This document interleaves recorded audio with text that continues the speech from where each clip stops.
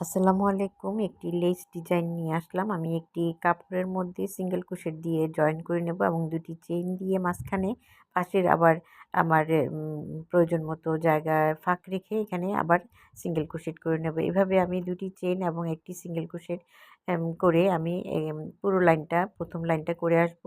দ্বিতীয় লাইনটাতে আমার ডবল ক্রোশেটের কাজ হবে। আমি ১ম একটি সিঙ্গেল ক্রোশেটের উপরে একটি ডবল ক্রোশেট করব এবং এখানে মাঝখানে যে ফাঁকা ২ টি চেইনের ফাঁকা ছিল সেখানে আমি ২ টি ডবল ক্রোশেট করব এবং পাশের সিঙ্গেল ক্রোশেটের মধ্যে আরেকটি আমি এখানে দেখতে পাচ্ছেন আরেকটি এখানে ডবল ক্রোশেট করব এবং মাঝখানে ২ টি চেইন রেখে আমি এভাবে কাজটা করে আসব। পরের লাইনে আমি এখানে ৪ টি এভাবে একই রকমভাবে ৪ টি করব।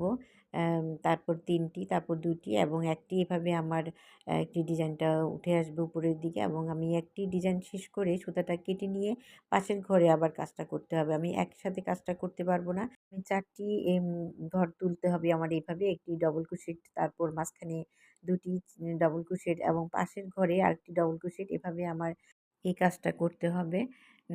এই যে দেখতে পাচ্ছেন এখানে আমি ৪ টি করলাম এবং পাশে আবার ২ টি চেইন দিয়ে আমি আরও ৪ টি করতে হবে। আপনারা যারা আমার ভিডিওটি দেখছেন আপনাকে ধন্যবাদ।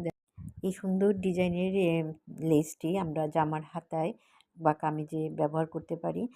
এভাবে আমি ৪ টি, ৩ টি, ২ টি করে একেকটি ঘর করব।